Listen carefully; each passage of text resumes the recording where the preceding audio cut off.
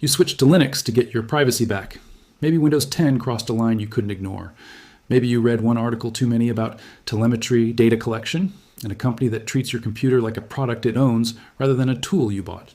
So you made the decision, you installed Linux, and you felt something you hadn't felt in years using a computer, a feeling of control, of ownership, like the machine was finally yours again. And for a while, everything was fine. But what if I told you that right now, as you're reading this or watching this, your Linux machine might be quietly broadcasting information across your network, using default settings that were written by someone who, in 2022, left his job and joined Microsoft, the exact company you left to get your privacy back? What if I told you that one component sitting at the heart of almost every major Linux distribution today behaves in ways most Linux users never think to question, and that the single most important thing you can do for your privacy on Linux takes about 4 minutes and 3 lines of text? My name is in the description, and today we are going to talk about Systemed, what it is, why it matters, what it's doing on your machine right now without telling you, and exactly what settings you need to change before this video ends. Let's start with the thing nobody explains clearly enough. Systemed is not just one program. That's the first thing to understand, and once you understand it, a lot of the controversy makes more sense. Systemed is a suite of software, a collection of dozens of individual components that together manage almost everything that happens when your Linux machine turns on, runs services, connects to networks, and resolves the websites and servers you try to reach. The name that matters most for today's conversation is Systemed Resolved, the component inside Systemed that handles DNS. DNS is the domain name system. It's the process by which your computer translates a human-readable address like Google.com into the numerical IP address that the internet actually uses to send your data somewhere. Every single time you visit a website, send a message, or connect to any service, DNS happens first. Your computer asks, where is this thing? And the system that answers that question on a modern Linux machine is, almost certainly, System Resolved. And System Resolved, in its default configuration, does some things that deserve a very serious, very honest conversation. But before we get to the specific settings, you need to understand where all of this came from, because the history is not just interesting. It's actually relevant to why these defaults exist and why so many Linux users don't know about them. Systemed was created by 2 software engineers working at Red Hat, a company that makes commercial Linux software. Their names were Lennart Poettering and Kay Sievers, and they started building Systemed in 2010. The problem they were trying to solve was real. Linux startup was slow, inconsistent, and handled differently across every distribution. Services had to start one by one, waiting for each other like cars at a traffic light that could only go green one at a time. Poettering and Sievers wanted parallel startup, multiple services launching at the same time, based on logical dependencies, the way a modern operating system should work. That goal was genuinely good. The idea was sound. Fedora, Red Hat's community distribution, adopted Systemed in 2011. Arch Linux followed in 2012. Debian switched in 2015. Ubuntu shortly after. By 2015, Systemed was everywhere, adopted by nearly every major Linux distribution on the planet. But the adoption was not quiet. It was one of the loudest, most bitter technical debates in Linux history. And the people arguing against Systemed were not simply resistant to change. Many of them had specific, precise objections that turned out to be prescient. Rich Felker, the developer of Muscle, a popular C library, argued as early as February 2014 that PID1, the very first process that runs on a Linux system and the parent of everything else, was too important and too special to be loaded with additional responsibilities. His position was that PID1 should only do 2 things: start the rest of the init system and reap zombie processes. Giving it more to do, he argued, unnecessarily increased its complexity and its attack surface. In April 2014, Linus Torvalds himself, the creator of the Linux kernel, expressed reservations about the attitude of Kay Sievers, one of Systemed's lead developers, specifically calling out what he saw as a dismissive approach to bug reports and user concerns. In a September 2014 interview with ZDNet, Theodore TSO, one of the most respected senior Linux kernel developers alive, warned that the way System was being pushed into distributions represented a dangerous trend toward uniformity, one that was alienating parts of the open source community and leaving little room for alternatives. Ian Jackson, a Debian Technical Committee member, called the decision to make System the default a failure of pluralism. Joey Hess, one of Debian's most legendary developers, resigned from his position over it. The controversy got so severe in late April 2014 that a formal boycott website was launched, listing detailed reasons against System's adoption. Now here's where it gets uncomfortable in a specific way that matters for a privacy video in 2025. In July 2022, Lennart Poettering left Red Hat. He joined Microsoft. The Linux community's reaction ranged from darkly amused to genuinely alarmed. Comments on Fornix, Slashdot, and Hacker News included the phrase, "Welcome home, Agent Poettering," a joke. But also not entirely a joke, because what it captured was a real and legitimate question. The man who had been the primary architect and public face of the software running at the core of almost every Linux system on Earth had gone to work for the company that Linux users typically cite as the primary reason they switched to Linux in the first place. Poettering described his role at Microsoft as continuing his focus on system development. He left Microsoft in early 2026 to co-found a company called Immutable, focused on Linux system integrity verification. But the chain of events? Red Hat. Employee builds something that becomes mandatory on Linux, joins Microsoft. The software he built remains at the core of Linux everywhere. That chain is not a conspiracy. It is, however, worth being aware of when you're thinking about why certain default behaviors exist in systemed and who benefits from them. So what does systemed resolved actually do that you should be concerned about? Let's be precise. Because being precise matters here. This is not a video that claims Linux is spying on you the way Windows does. Linux is fundamentally different from Windows, structurally and philosophically, and the gap between them on privacy is enormous. What this video is about is specific, documented, technically verified default settings inside systemed. Resolve that create real privacy and security risks, often without the user knowing they're active. The first one is called LLMNR, Link Local Multicast Name Resolution. The name tells you something important already. It's a Microsoft protocol. Microsoft designed LLMNR, documented under RFC 4795, as a way for computers to resolve host names on a local network when no DNS server is available. The idea was that if you type a name and your DNS server doesn't respond, your computer should be able to shout the name out across the local network and ask every nearby device if they know what it is. Convenient for small home networks and office setups from the early 2000s. Systemed adopted it, and LLMNR is enabled by default and systemed resolved. But here is the critical problem. LLMNR works by broadcasting a query out across your network and trusting whoever answers first is the authoritative response. No verification, no authentication. First to respond wins, which means that any attacker on your network, anyone sharing your coffee shop Wi-Fi, any device on your home network that's been compromised, can answer your LLMNR queries before the real device does. Tools like Responder are widely used in penetration testing, and by real attackers specifically to exploit this. When an attacker poisons an LLMNR response, your system believes their device is the destination you are trying to reach. And if authentication is involved in that connection, if credentials need to be passed, those credentials can be captured in the form of NTLM-v2 hashes, which can then be cracked offline or used directly in relay attacks. Security professionals call this credential theft, and it is one of the most common attack techniques used inside corporate networks today. Microsoft itself has been moving away from LLMNR, with Windows 10 having supported the more modern MDNS approach for years. Even the ArchWiki, one of the most trusted Linux documentation sources in existence, mentions explicitly that LLMNR needlessly expands the attack surface of devices. And yet, it ships enabled by default on most Linux systems running systemed resolved. The second default setting is Multicast DNS, or MDNS. This one is less dangerous than LLMNR, and actually has legitimate use cases.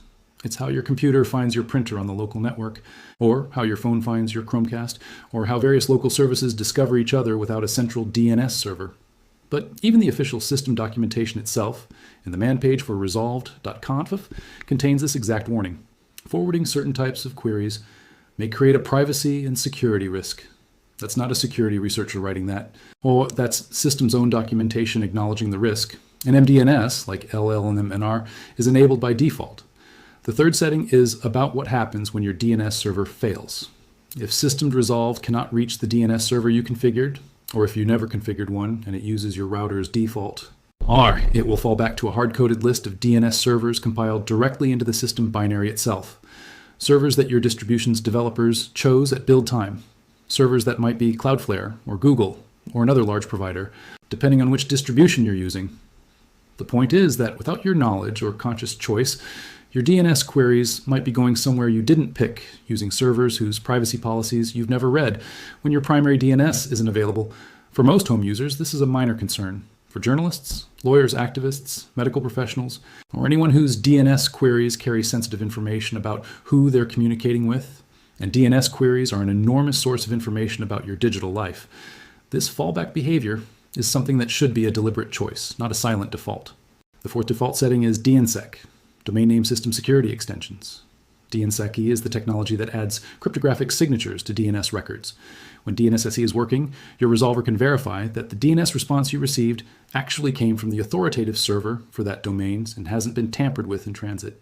Without DNSSEC, a malicious server or an attacker in the middle of your network connection can forge DNS responses and redirect you to servers you didn't intend to reach. DNSSEC is set to allow downgrade in system resolved's defaults, which means it will try to validate DNSSEC when it can, but it will silently accept unverified responses when the server doesn't support it. This is not the same as having DNSSEC fully enforced.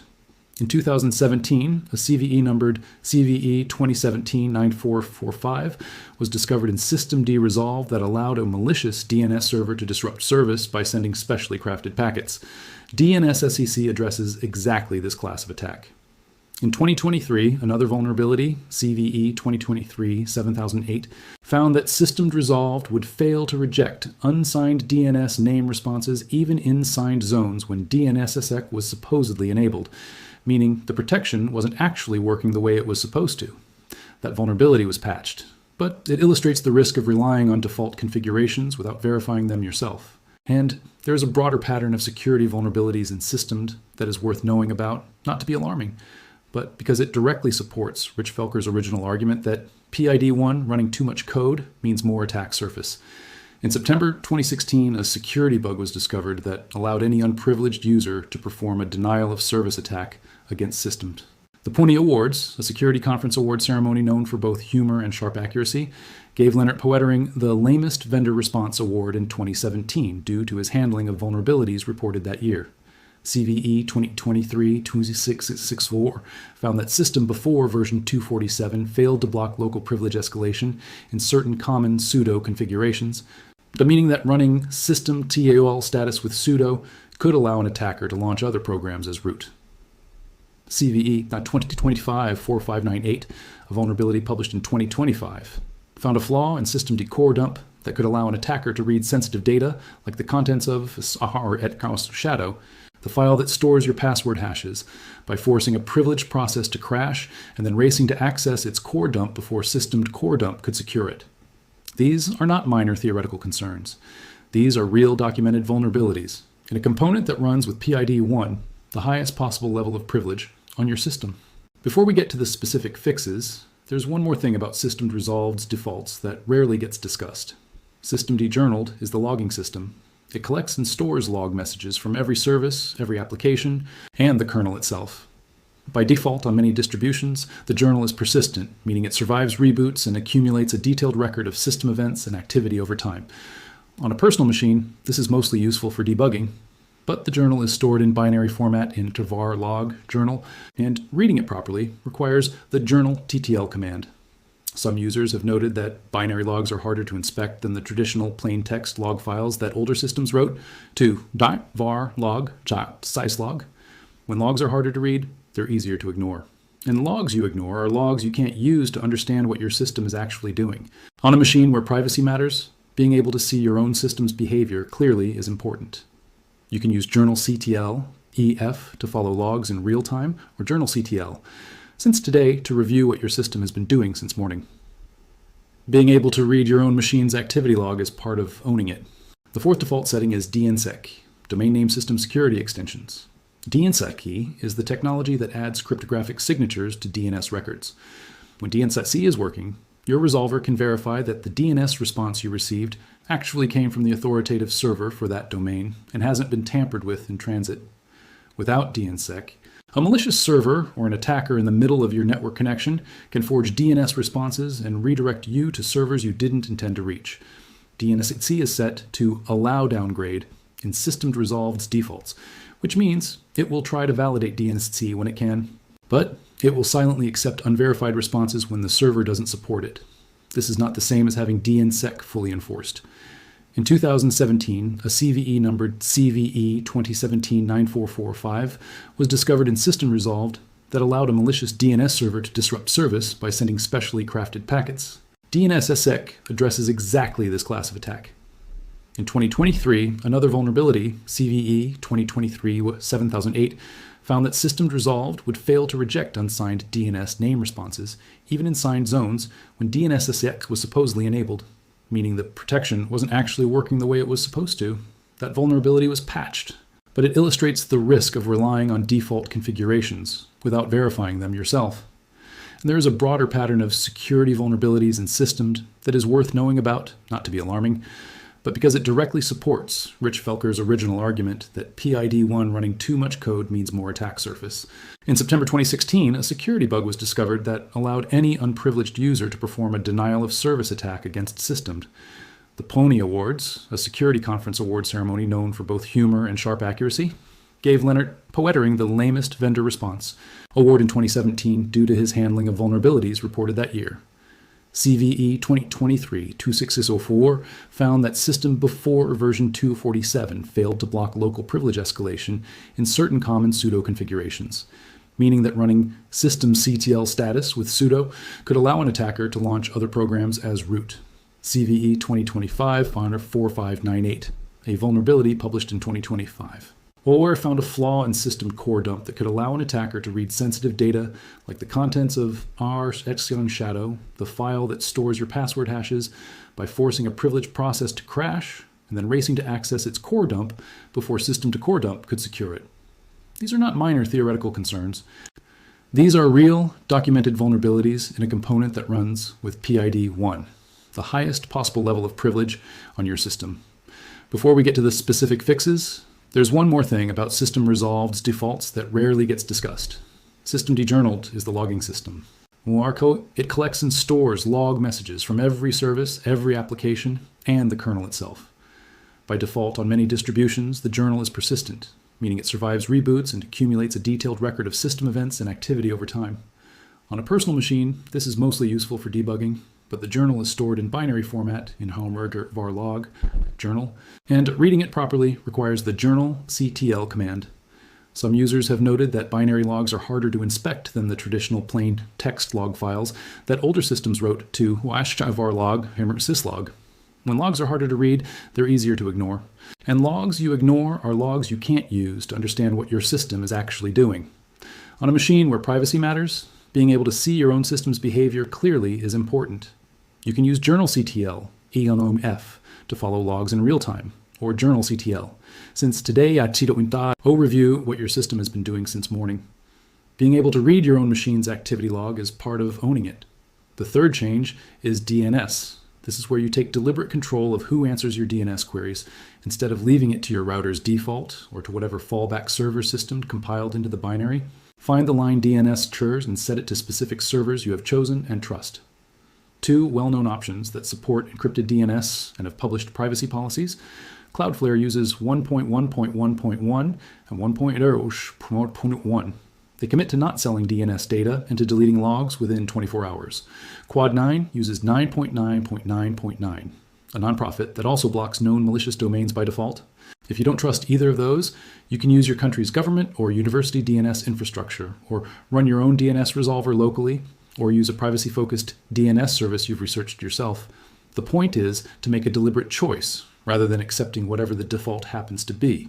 The line should look like DNS 1.1.1.1 9.9.9.9. The fourth change is DNSEC, set DNSS. Yes. This turns on full cryptographic validation of DNS responses. Your resolver will now verify that the answers it gets are authentic and haven't been tampered with in transit. A small performance note. Enabling strict DNSSEC can occasionally cause resolution to fail for domains that are misconfigured on their end, domains that don't properly support DNSSEC.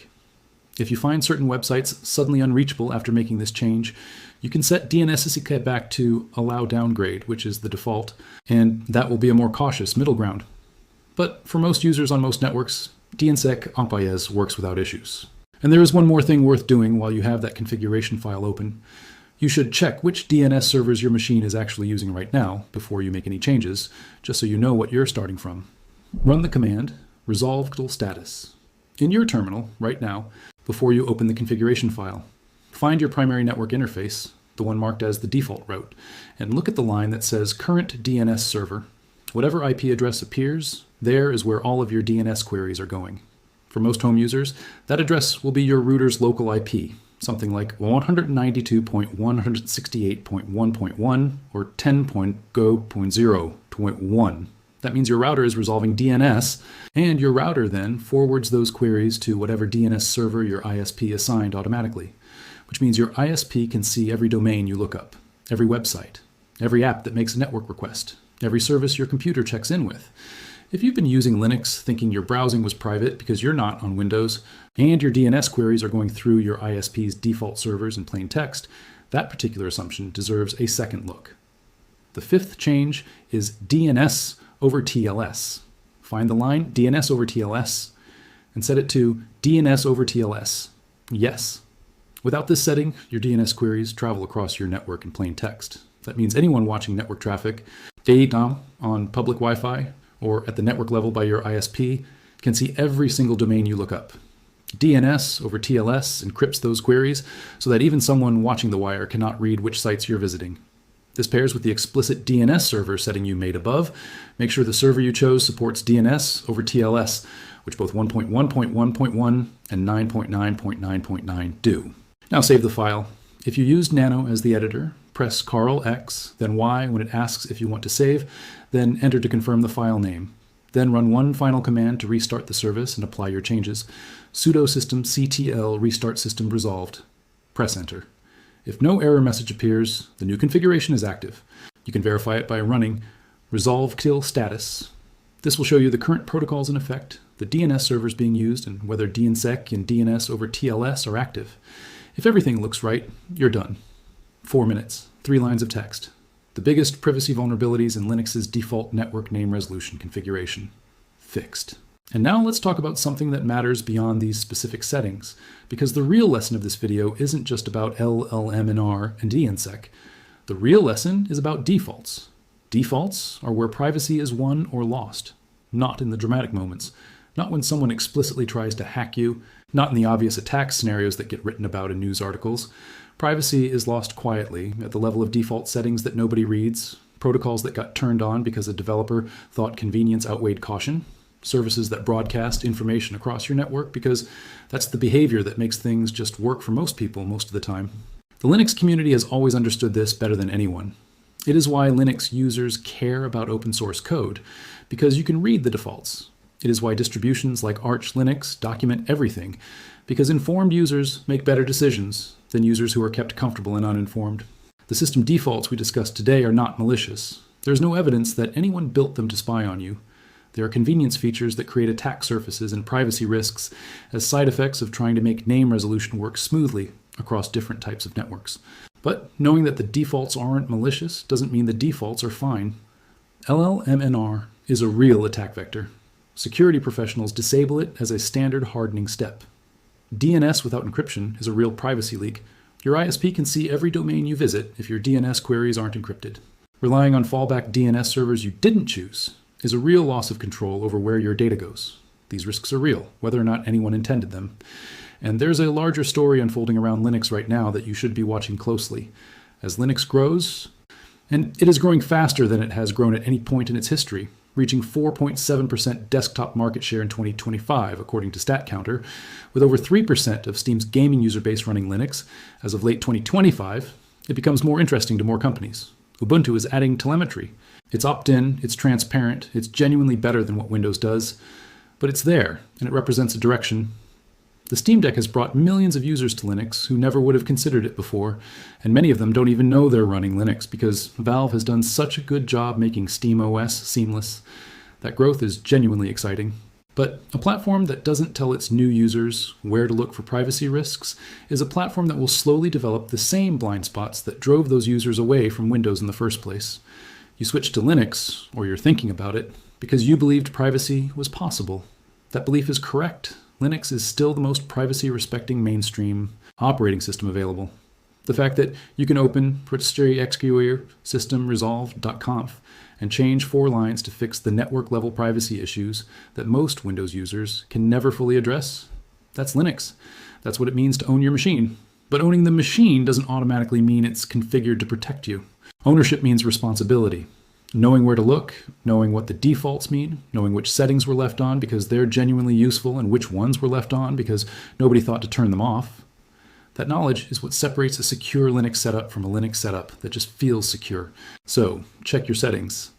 Run resolvectl status in a terminal right now and look at what it says under protocols for your active network interface. If you see plus LLMNR in that output, that means LLMNR is currently enabled and active. If you see minus DNS over TLS, your DNS queries are traveling in plain text. If you see DNSSEC ANO, your DNS responses are unverified. Each of those lines is a setting with a name, a configuration file with a path, and a fix that takes seconds once you know where to look. You know where to look now. That's the whole point. Linux gives you control that no other mainstream operating system offers. But control is only valuable when you exercise it. The defaults are a starting point, not a finishing point. Your machine, your network, your privacy, configure it like you mean it. There's a word that the privacy community uses for what we've been doing in this video. It's called threat modeling.